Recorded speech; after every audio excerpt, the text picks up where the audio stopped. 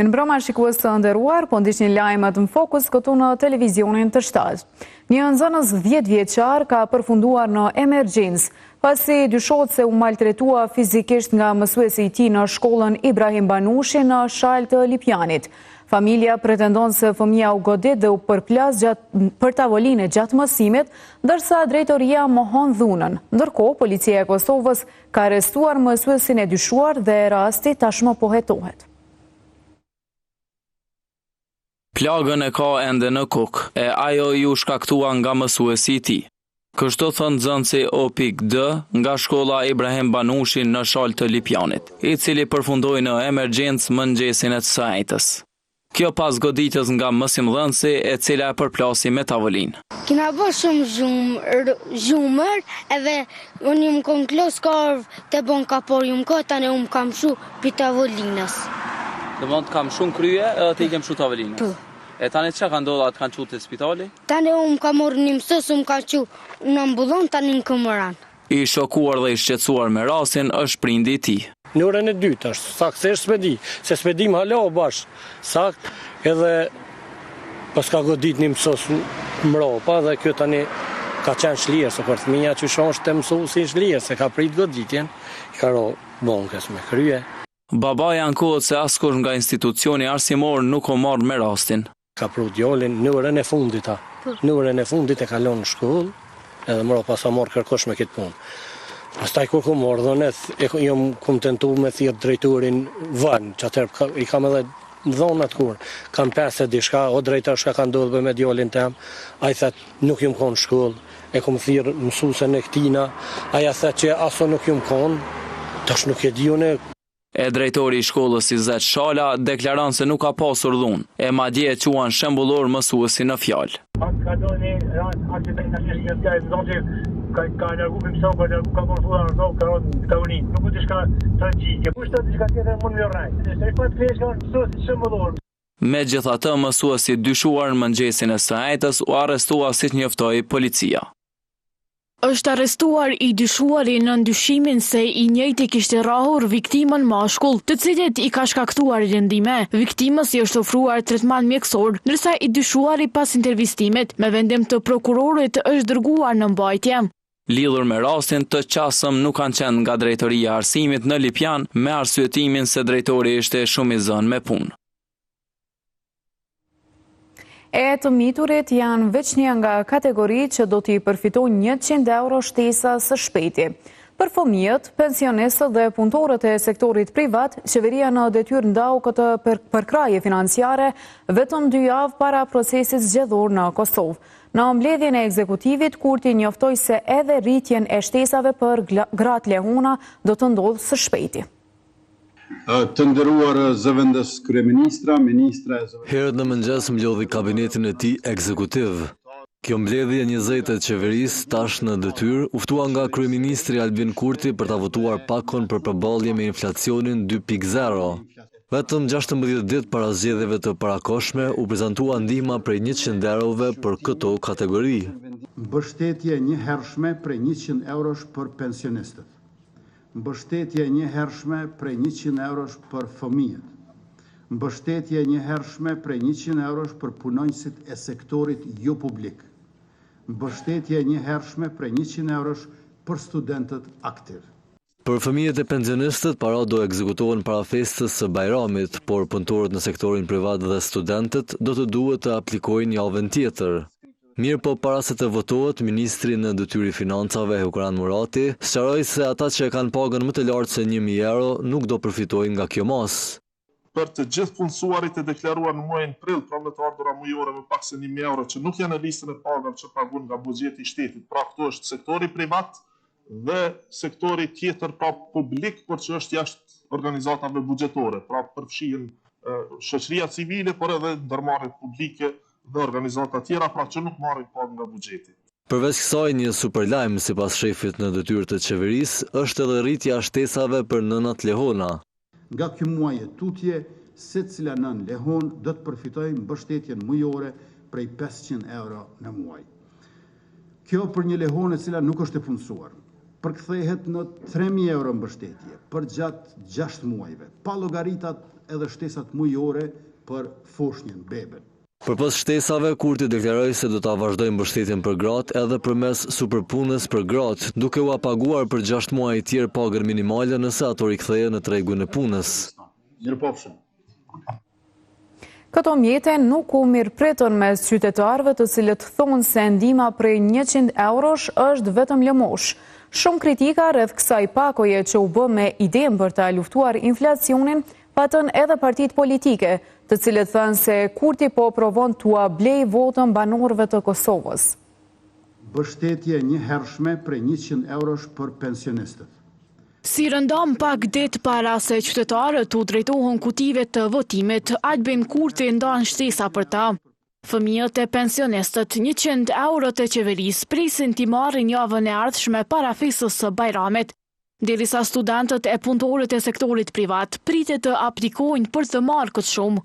Por edhe pse i përfitojnë, këto mjete po i quajnë lëmosh. Unë jam katonar e këtyre theshëm vitra. Nëse hajt pak, shtu si hajt pak, këtyre vitra ma keq kush për adhesi. Që farë sistemi që shumë të shku nuk në regëll. A du të më konë në parlament, mu votu, mu rritë për çdo muaj, se jo sukur tash 2-3 ditë para Bajrami e me dhonë si sadak. Nuk të shku në regëll, nuk të shku asisen heq për shihet. E nënave Lehona, që tash e tutje nga 325 do të marrin 500 euro, kjo po ju pëlqen. Para kamerës jo, mirë po një nën tregoi për televizionin se këtë shtesë nuk e merr, derisa thotë se po e pret atë për fëmijën. Me dhënë këto 100 euro sigurisht i përfitojnë qika, se janë për këta. E kritika Kurtit erdhen nga opozita. Vlerëta Dediu nga PDK thotë se ai haptas po tenton blerjen e votës. Absolutisht që qytetarët e Kosovës më shumë se kur sot ka nevojë për mbështetje të qeverisë, por kur kjo mbështetje bëhet në kohën kur vendi është në parafusha dhe presim që të futemi në zgjedhje të reja parlamentare, kjo nuk do koment, është vetëm blerje e votës, përpjekje për një mashtrim elektoral, sepse nuk mund të përkthehet një vendim ad hoc që i shërben pushtetit Albin Kurtit, e që në thelb nuk i ka qytetarin e Republikës së Kosovës që është harruar për 6 vjet. Se Albin Kurti e ka vetëm për fushat zgjedhore, e thotë edhe Jehona Ljushaku nga Lidhja Demokratike e Kosovës. Partia në pushtet, në mungesë të rezultateve, ka vendosur që në kohë elektorale, për me ju ndiku në vota, me tentu me i ble vota dhe për krajen e qytetarve, ti bëj shtesat prej 100 eurove. Kjo është krejtësisht e pandershme dhe mendoj që e dëmton krejt klimën politike, e bën garën elektorale të pabarabartë. Në mesin e shumë reagimeve, erdhi edhe ai nga Oda Ekonomike Amerikane e Kosovës. Oda Ekonomike Amerikane në Kosovë beson fuqishëm se masat të cilat fokusohen kryesisht në stimulimin e konsumit afat shkurtër, rrezikojnë të prodhojnë ndikim të kufizuar afatgjat ekonomik, veçanërisht në një ekonomi si ajo e Kosovës, ku një pjesë e konsiderueshme e rritjes së konsumit përkthehet në rritje të importeve, e jo në shtim të prodhimit vendor dhe të investimeve. Masat e tilla po ashtu kufizojnë disponueshmërinë e fondeve publike për iniciativa dhe investime me ndikim më të madh ekonomik dhe përfitime më të gjëra e më afatgjata. Derisa në rrjetet sociale, pati humor e ironi ndaj veprimit të Kurtit. Organizata jo qeveritare Demokracia në Veprim ka reaguar lidhur me vendimin e qeverisë në detyrë për ndarjen e pagesave të njëhershme për kategoritë ndryshme të qytetarëve pa kohë para zgjedhjeve, duke cilësuar atë si shkelje ligjore dhe keqpërdorim të resurseve publike në periudhë zgjedhore. Sipas DNV-s, shpërndarja e këtyre mjeteve financiare ndikon drejt për drejt në ambientin zgjedhor dhe cenon barazinë e garës politike, duke krijuar avantazh të padrejtë për subjektin politik në pushtet.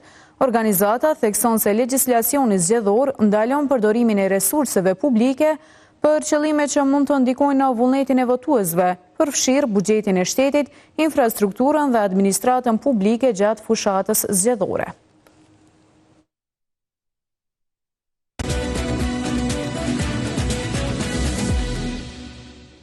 Vendimin për ndarjen e 100 eurove në prag të zgjedhjeve ka komentuar edhe analisti Dardan Sejdiu, që e cilësoi Albin Kurtin si kryeministër të dështuar.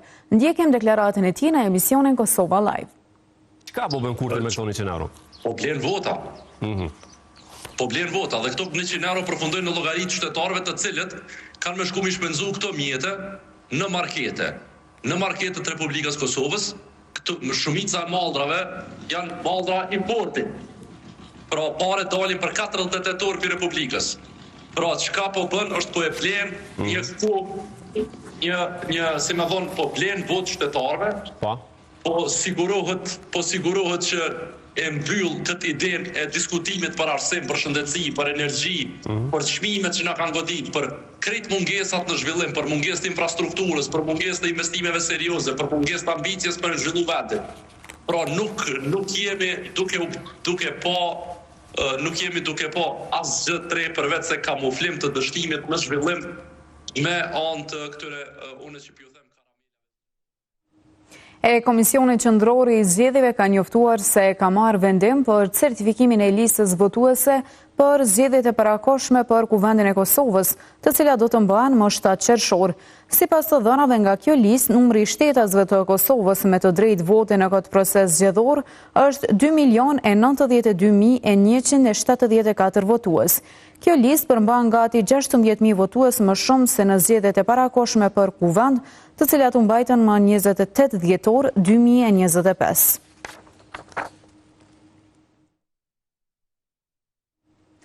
Një ndër emrat që nuk është në listën e lëvizjes vetëvendosje për deputet, sot u emrua në një pozitë qeveritare. Kryeministri në detyrë Albin Kurti ka emruar Driton Hysenin në pozitën e zëvendës ministrit në Ministrinë e Mjedisit dhe Planifikimit hapësinor. Kryeministri në detyrë Kurti e uroi zotri Hysenin për detyrën e re dhe i dëshiroi suksese në përmbushjen e përgjegjësive të reja, tha zyra e kryeministrit në njoftim. Pikrisht para objektit të Ministrisë së Mjedisit, sot u pozicionuan plot qytetarë që erdhën nga rrugova. Këta protestuan kundër vendimit të këtij digasteri rreth ndalimit të mallrave dhe shërbimeve ndërtimore në këtë zonë. Para tyre doli ministrja në detyrë Fitore Pacolli, por jo të gjithë ishin të hapur për komunikim me të. Për një problem në Rugov u thuan drejt Prishtinës. Kundërshtimi i vendimit për ndalimin e mallrave dhe shërbimeve ndërtimore atje bëri që banorët të bashkohen para Ministrisë së Mjedisit në Prishtinë. E kur afruan pranë objektit, fjalën e morri Agron Nikçi. Sot kemi ardhur nga vizet e Rugovës për të shpreh pakënaqësitë cilat vijnë nga vendimet e Ministrës së Ambientit, zonës Pacolli, e cila na ka diskriminuar jetën në vatrat tona, për jetën, për zhvillimin, për banimin ku jetojmë në Rugovë. Dikush tjetër thotë se këto vendime po bllokojnë zhvillimin. Por sot nuk kërkohet të vdesim si në fushbetej. Sot kërkohet të mbrojmë të drejtën tonë për të jetuar të lirë në tokën tonë. Brohoritjet e tyre i ndërprejo ardhja e ministrës në detyrë Fitore Pacolli, e cila shihej mjaft e relaksuar. Madje secilin prej tyre nisi edhe ta përshëndes. E provoj që ta arsyetoj vendimin që po kundërshtoi nga protestuesit. Insistimi i saj që atyre ju keq interpretua vendimi hasi në kundërshtim nga banorët. Madje dikur nga acarimi hezitoi edhe t'jall zgjas dorën ministrës në detyrë. Sa dorën ty se pllishi do. Se ti me kon që je duhet. Me konë që që duhet që shardhu në këtu. E i thot se Rugovën mund të vizitoj veç kur të anullohet vendimi. Kur të anullosh vendimi, e të nga kërkosh falja ajde. Kur diskutimi me palët përfundoi, Pacolli organizoi konferencë për media. Nga aty fajsoi komunën e Pejës. Kur kam ardhur në ministri, e kam analizuar dhe kam pa që komuna e Pejës nuk e ka hartu planin rregullues. Pra prej vitit 2022, kur komuna e Pejës e ka pas të drejtën edhe obligimin ta bëj planin rregullues për zonën e Bjeshkëve të Nemuna, ajo nuk e ka bërë këtë plan. Nga kjo paraqitje paralajmëroi një vizitë në Rugov për trajtimin e ankesave të banorëve. Vetë kryeministri në detyrë Albin Kurti ishte sot në Dubrovë në nderim të 116 viktimave që u vranë në këtë masakër. Ky shkoi me vonesë derisa krejt të pranishmit kërkuan drejtësi, duke akuzuar Serbinë për përfshirje në çdo hall të masakrës. Më rreth një orë vonesë arriti në burgun e Dubravës. Përveç kryeministrit në detyrë Albin Kurti, aty të premten ishin edhe ushtruesja detyrës së presidentes Albulena Haxhiu dhe zyrtarët e tjerë. Bashkë edhe me të mbijetuarit, këta erdhën t'i kujtojnë viktimat e masakrës që u krye këtu para 27 viteve. Mirë po vonesa atyre shkaktoi paksa tensione tek ata që po e prisnin. Për 116 të vrarët, të plagosurit e të zhdukurit, kreu i qeverisë në detyrë zotua për angazhim për drejtësi. Republika e Kosovës ka obligim moral dhe shtetëror që ta ruaj këtë kujtesë, ta dokumentoj të vërtetën dhe të kërkoj drejtësi për të gjitha viktimat. Ndërkaq Albulena Haxhiu, që ushtron detyrën e presidentes nga 5 marsi, akuzoi Serbinë për përfshirje në çdo hallk të kësaj masakre. Në komandë, në rojë, në armë, në mashtrim dhe në përpjekje për ta fshehur të vërtetën. Prandaj sot nuk mjafton ta përmendim Dubravën vetëm si datë, duhet ta kuptojmë si dëshmi për krimet monstruoze që Serbia i ka bërë në Kosovë. E imbjetuar i masakrës, tash kandidati PDK-s për deputet Najt Hasani kritikoi ekspozitën e ish-këshilltarit të Albin Kurtit lidhur me këtë ngjarje. Kuvendin e Kosovës për mbështetje financiare të ekspozitës duhet të mbajnë përgjegjësi, sepse me këtë kanë shkaktuar dëmshmëritor. Ndërsa i mbjetuari tjetër që kandidon për deputet me vetëvendosjen Enver Dugolli, kujtoi këngët që i mbanin më shpresë gjatë asaj kohe. Shokët tanë kjo luftë po na i rënden. Më zë të vogël nga karriga ku ishte ulur, këngën po e këndonte edhe kryeministri në detyrë. Shokët tanë kjo luftë po na i rënden. Ndrojmë temë në një pjesë korporatës energjetike të Kosovës është ndërprer puna. Kjo për shkak të një materiali kancerogjen që bëri që angazhimin të ndërprejnë edhe ekipi gjerman i cili ishte i angazhuar në remonte. Nga ndërmarrja thonë se situata megjithatë është brenda kontrollit. Në Kosovë ardhën pasi kishin fituar tenderen. Ekipi gjerman që ishin duke punuar në remont në Kek raportohet se tashmë janë larguar. Siç raportohet gjatë punimeve që janë bërë nga inxhinierët në Elektrofitra, është dëmtuar azbesti, material ky kancerogjen që bëri që ata t'i ndalojnë punimet. Mirëpo nga ndërmarrja e Kek thonë se nuk ka asgjë të rrezikshme. Nuk ka diçka të rrezikshme. Në kuadër të modernizimit të termocentraleve kemi vërejtur disa grinca gjatë punës dhe për siguri e parandalim kemi larguar punëtorët nga punishtja. Nuk ka të afektuar. Mostrat janë dërguar për në Gjermani dhe s'kemi asnjë raport më tutje. Situata është nën kontroll. As punëtorët e Kekut në termocentralin Kosova B nuk po punojnë që nga dita e enjte. Punëtorët janë në përgjveshtore, asnjë nuk ka dalë punë, domethënë për jetën e tyre një kujdes stafi i mranshëm këtu dhe kanë ndaluar çdo konshëm mujin aty përderisa nuk ka një rezultat zyrtar që del se më të vërtet a ka apo nuk ka diçka që ja ludohet. Osmani shton se po presin përgjigje në lidhje me qartësimin e rastit. Besoj shumë në ato që ka qenë jeta e njeriut mbrana Kek ka qenë primare, ka qenë edhe nuk ka qenë diçka që anashkalohet në asnjë mënyrë. Edhe tash këtë rast nëse vetëm të vërtet ka diçka, besoj shumë që ata janë duke i bërë ato ekspertizat ose të i bë, po derisa nuk dalin me një rezultat zyrtar, na nuk guxojmë ose nuk kemi drejt me thonë kur gjë. Tenderin për projektin e elektrofitrave në termocentralin Kosova B e ka fituar kompania gjermane, ndërsa punimet po kryhen nga nën kontraktor. E për trajtimin e pacientëve me kancer në klinikën e onkologjisë punohet me orar prej 8 orësh, gjë që shkakton fluks paradite. Por sipas drejtorit të klinikës, kjo është praktik në të gjitha vendet e rajonit e Mëgjer. Në 3 muajt e parë të vitit u regjistruan rreth 500 raste të reja me kancer në Kosovë. Ato u bën të ditura nga klinika e onkologjisë në QKUK, derisa rreth 2100 raste regjistrohen çdo vit. Pavarësisht fluksit të madh, pacientët trajtohen në këtë klinikë vetëm gjatë ditës. Këtë e konfirmoi drejtori i saj, Ilir Kurtishi. Edhe pse ka një fluks të lartë pacientëve, sidomos kjo mund vret gjatë ditëve kur ka pushim, ditëve pasuese pas pushimit. Por edhe orët e para të mëngjesit që është normale, me që është spital ditor dhe është krejt e akseptueshme dhe e standardizuar që do të pacientët që të vinë në kënë shërbimet onkologjike, bëjnë vizitën të mjeku dhe pastaj merren shërbimin e duhur në klinikën tonë. Kurtishi shtoi se një orar i tillë nuk është vetëm në Kosovë. Ky është spitali ditor dhe spitali ditor gjithmonë gjithkund jo vetëm në Kosovë, në vendet e unit në botë, është spital që ka fluks në orët e paraditës, fluks i zakonshëm i punës, i cili menaxhohet nga klinika, nga pjesëtarët e klinikës dhe do të stafi i cili menaxhon klinikën. Klinika e onkologjisë më herët ka punuar edhe me orar 24 orësh. Shikues të nderuar, këtu po e përmbyllim edicionin e lajmeve për sonte. Ju falenderoj për vëmendje, mirëmbëjtje.